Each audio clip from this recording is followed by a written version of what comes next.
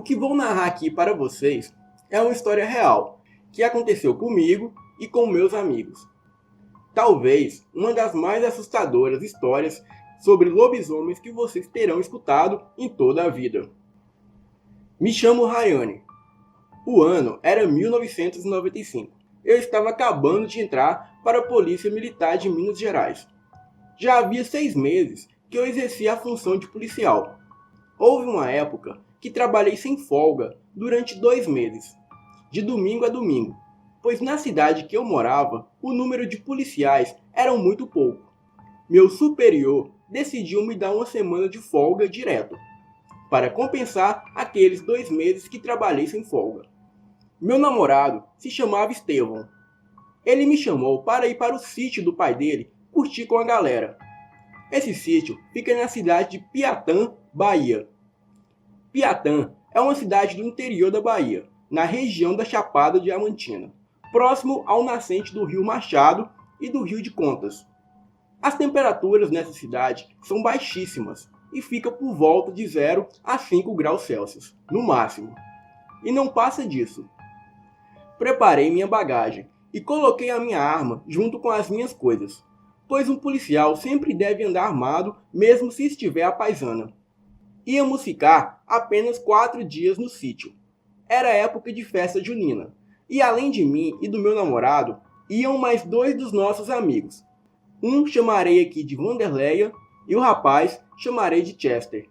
Fomos no carro de Estevão, que era um Opala preto. Da nossa cidade até essa cidadezinha dava em torno de 9 horas de viagem. Durante a ida, paramos em um restaurante de estrada para almoçar. Eu, meu namorado Estevão e nossos outros 2 amigos. Haviam poucas pessoas no restaurante. Me lembro que havia uma mulher e uma criança em uma das mesas, e um velho em outra. Não me lembro o nome do restaurante, mas isso não é importante no relato.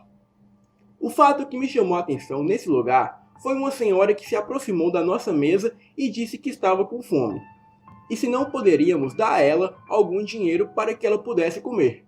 Eu disse que poderíamos pagar a ela uma refeição, se assim ela desejasse. Então a velha abriu o jogo e disse que não estava com fome coisa alguma, mas estava com muita vontade de beber. Eu disse a ela que sinto muito, mas se fosse bebida eu não daria a ela. A senhora retrucou e disse que ela tinha habilidades de ler mão e saber o passado e o futuro, e se assim desejasse, ela poderia ler a nossa mão em troca de uma dose de bebida. Eu disse que não estava interessada, mas Chester se ofereceu e disse que se a senhora adivinhasse algo sobre ele, ele a pagaria uma bebida. Então a senhora pegou-lhe a mão e disse: Você é um rapaz jovem, acha que conhece tudo nesse mundo e acha que o mundo está aqui para você. O mundo não te pertence, meu jovem, mas ainda assim você pertence a esse mundo. Os demônios que te assombravam quando você era criança voltarão para cobrarem as suas dívidas. O destino de qualquer um se muda, mas o seu destino não poderá ser mudado, pois a sua teimosia é um preço alto a se pagar. Todos nós ficamos sem entender nada, mas Chester ficou calado até que ele chamou a atendente e pediu para trazer uma bebida para a senhora. A atendente lhe perguntou qual tipo de bebida seria, e Chester respondeu: Traga uma água. Ela não está em idade de beber. A velha se irritou e disse para enfiar a água naquele lugar. Ela falou umas palavras estranhas, só que depois de muitos anos eu descobri que aquilo era romani, uma língua antiga dos ciganos. Não entendi o que a senhora disse, mas com certeza ela estava nos amaldiçoando ou algo do tipo. Não demos muita importância, terminamos o almoço e seguimos estrada. A viagem foi tranquila e logo chegamos no sítio, depois de percorrer mais de 300 quilômetros. Assim que chegamos, tiramos as coisas do carro e limpamos a casa. Não havia vizinhança próxima, porém havia um acampamento cigano a mais ou menos 1 quilômetro dali. Na primeira noite foi tudo tranquilo, porém avistamos uma fogueira enorme no acampamento dos ciganos. Chester e Vanderleia, de curiosos, foram até lá perto. Eles relataram que as ciganas dançavam com longas saias rodadas em volta da fogueira, Elas falavam uma língua estranha, mas aquilo era muito bonito, apesar de parecer uma espécie de ritual. Um dos ciganos os avistaram e pediram para os meus amigos saírem dali, pois o povo cigano não gosta de ninguém xeretando o local. Mas quando de repente apareceu a senhora que estava no restaurante. Chester e Vanderleia ficaram abismados como ela chegou ali tão depressa, pois 5 horas mais cedo ela estava a 300 quilômetros de distância. Bom, eles concluíram que alguém a trouxe de carro. A senhora disse ao cigano que eles não eram estranhos e que ela gostaria sim que os dois conhecessem o povo cigano, pois eles eram os seus convidados e assim foram para dentro do acampamento. Eles disseram que ali era um ambiente muito prazeroso de se viver, mas aí perceberam que já estava na hora de voltarem para o sítio. Mas foi aí que a senhora se aproximou e disse para eles não irem antes de provar a comida e a bebida típica do povo cigano. Eles aceitaram e disseram nunca terem comido nada igual em toda a vida. Disseram que a comida parecia enfeitiçada diante de tanto sabor e o coquetel que eles tomaram, era sem igual. Depois de 4 horas, eles retornaram ao sítio. Já era quase meia-noite. Eu e Estevão ficamos preocupados e já íamos sair atrás deles, pois naquela época não havia telefone celular e mesmo hoje em dia não há sinal de celular naquela região. Já estávamos com muito sono. Preparamos a cama e fomos dormir. Durante a madrugada, Vanderlei e Chester acordam passando mal e vomitando muito. Perguntei se eles haviam bebido algo no acampamento cigano, e eles disseram que sim. Bom, então logo pensei que o problema teria sido o álcool. Eles tomaram remédio para enjoo e voltaram a dormir. Na casa do sítio havia 4 quartos, porém só usávamos 2. Um para mim e Estevão e o outro para Vanderleia e Chester, que eram apenas amigos. E quando eu digo amigos, era exatamente amigos, pois o Chester era gay. Aquelas bichas bem extrovertidas. Ele contou que só não colocou a saia vermelha rodada e dançou em volta da fogueira com as Calon, porque o povo cigano são um povo bem tradicionalista. Para quem não sabe, Calon é o nome dado às mulheres ciganas. Os quartos ficavam no 2º andar da casa. Eu estava sem sono e o frio estava de congelar a alma.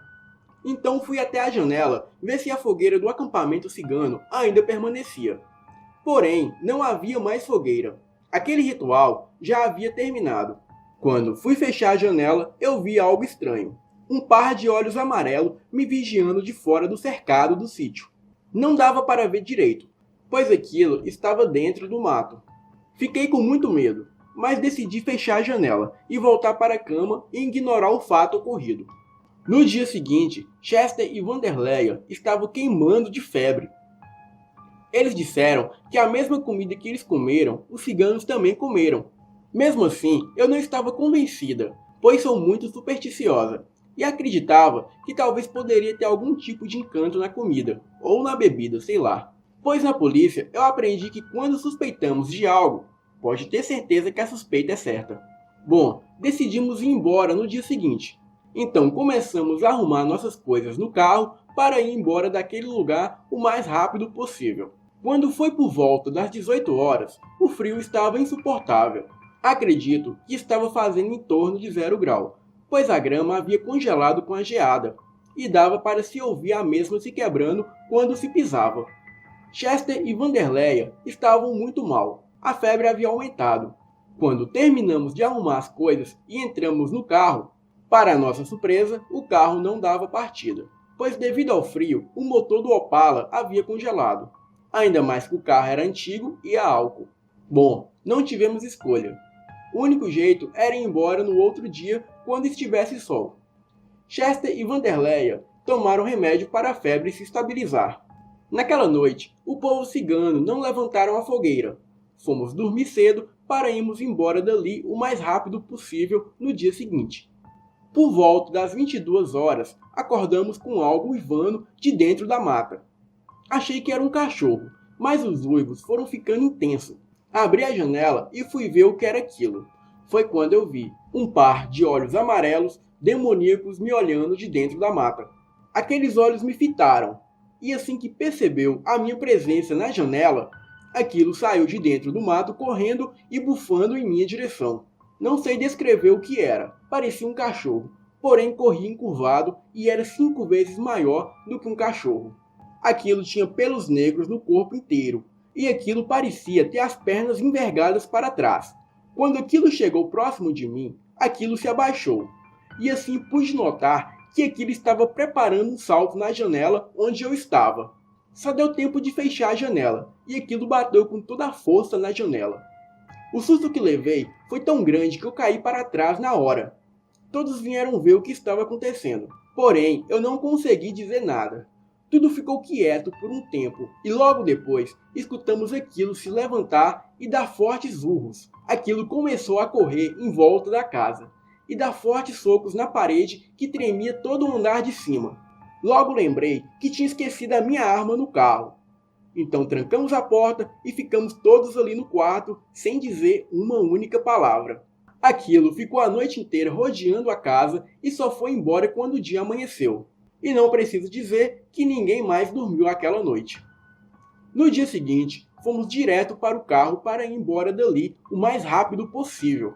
Porém, um dos pneus do carro estava todo rasgado, como se algo tivesse simplesmente rasgado o pneu com um dente.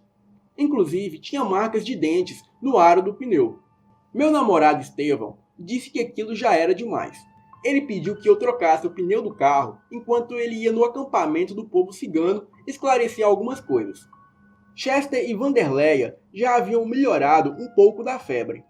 E por volta das 9 horas da manhã eu já havia trocado o pneu do carro. Porém, nada do Estevão voltar. Ficamos nós 3 no carro esperando ele. Como não havíamos dormido à noite, acabamos caindo no sono, ali mesmo no carro. E quando nos assustamos, já era mais de 3 horas da tarde. E nada do Estevão.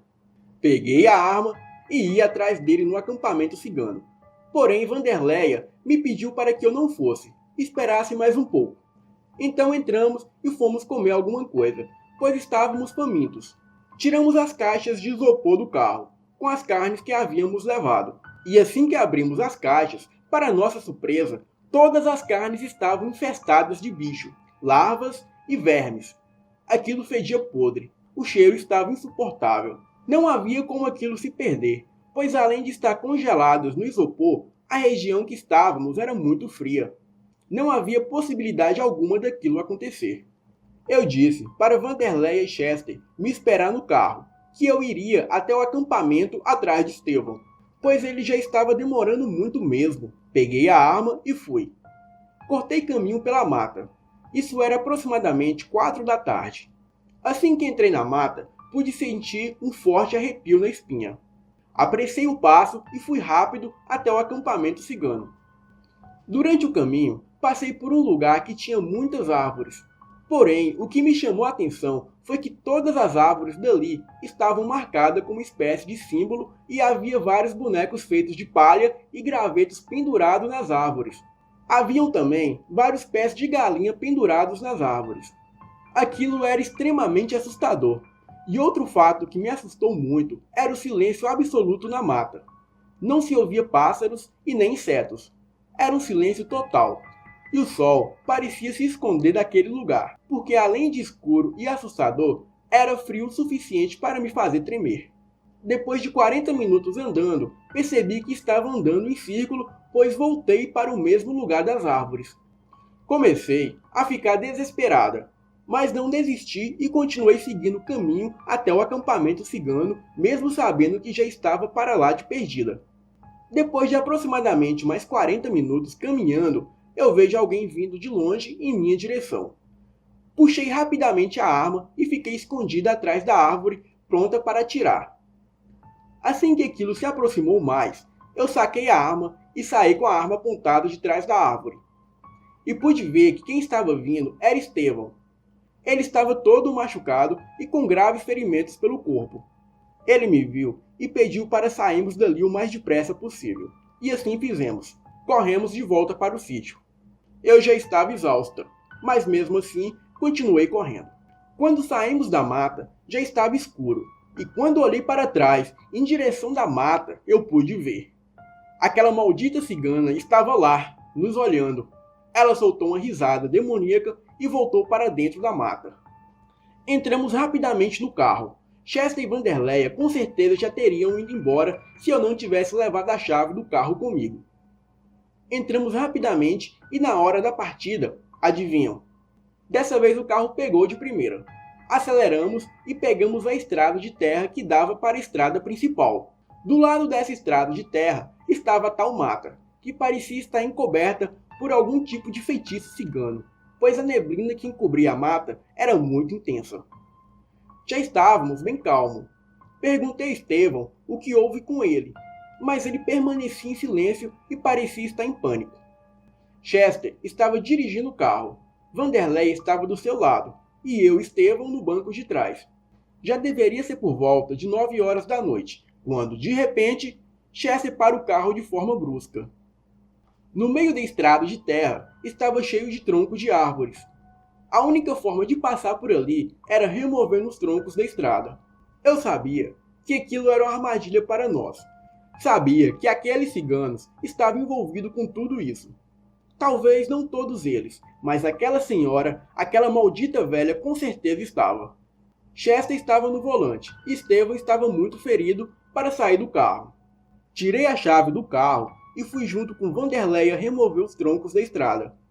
Vanderleia estava em pânico e eu, por ser uma policial treinada, eu tinha que estar sempre calma, independente da situação, para assim passar segurança para as pessoas em minha volta. Assim que estávamos terminando de retirar os troncos, escutamos um uivo altíssimo de dentro do mato. Vanderleia se assustou e correu para o carro. Eu sozinha, com toda a minha força, removi o último tronco do caminho. Chester e o meu namorado Estevão haviam trancado a porta pelo lado de dentro, e a chave estava comigo. Por esse motivo, Vanderleia não conseguiu entrar, e pelo seu desespero, ela começou a gritar, assustando os dois machos dentro do carro. Por esse motivo, ninguém abriu a porta para ela. Quando olhei em direção do carro, eu pude ver aquela mesma criatura monstruosa saindo de dentro do mato e indo em direção a Vanderleia com uma velocidade incrível. Mas só foi aquilo sair de dentro do mato, eu saquei a arma e atirei. Mesmo aquilo em movimento, eu consegui acertar. Muito me admirei, pois nunca tive uma boa mira. E naquele momento acertei algo que tinha uma velocidade inacreditável. Aquilo deu um urro muito alto, mas muito alto mesmo. No mesmo momento, aquilo parou, olhou para mim com aquele olhar demoníaco. Porém, os seus olhos já não eram mais amarelados. Agora era vermelho sangue.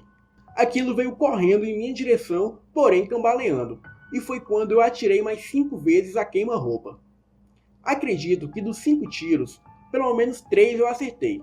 Aquilo caiu no meio da estrada e eu pude ver nitidamente que aquilo não era um animal ou algo do tipo. Aquilo realmente era um lobisomem. Corri para o carro e dessa vez o carro não funcionou de primeira.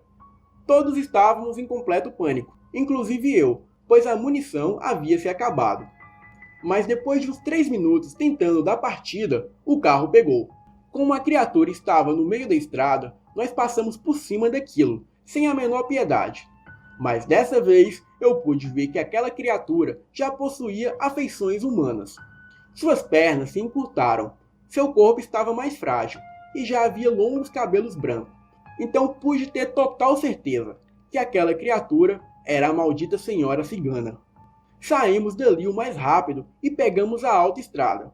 Passamos no hospital e deixamos Estevão lá. Dissemos para o médico que ele foi atacado por uma onça, pois fizemos uma promessa de não contar isso a ninguém.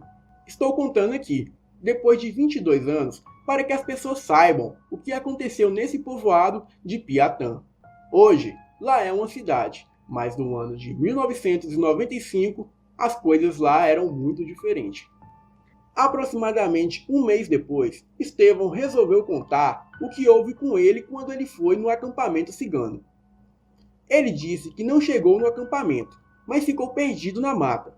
Ele tentou voltar algumas vezes para o sítio, mas parecia andar em círculos, e foi quando ele viu a velha. Ela estava recitando algum tipo de oração, e depois veio correndo na sua direção e o atacou. Ele tentou se defender, mas a velha o surrava com uma força inacreditável. Ele disse que quando conseguiu derrubar a velha e se levantar para correr, ela o agarrou pela perna e começou a girá-lo no ar e o arremessou a 5 metros de distância. Ele se machucou muito, mas conseguiu levantar e correr. E foi aí quando ele me encontrou. Essa é a minha história. E o meu alerta a vocês é: nunca brinquem com o povo cigano.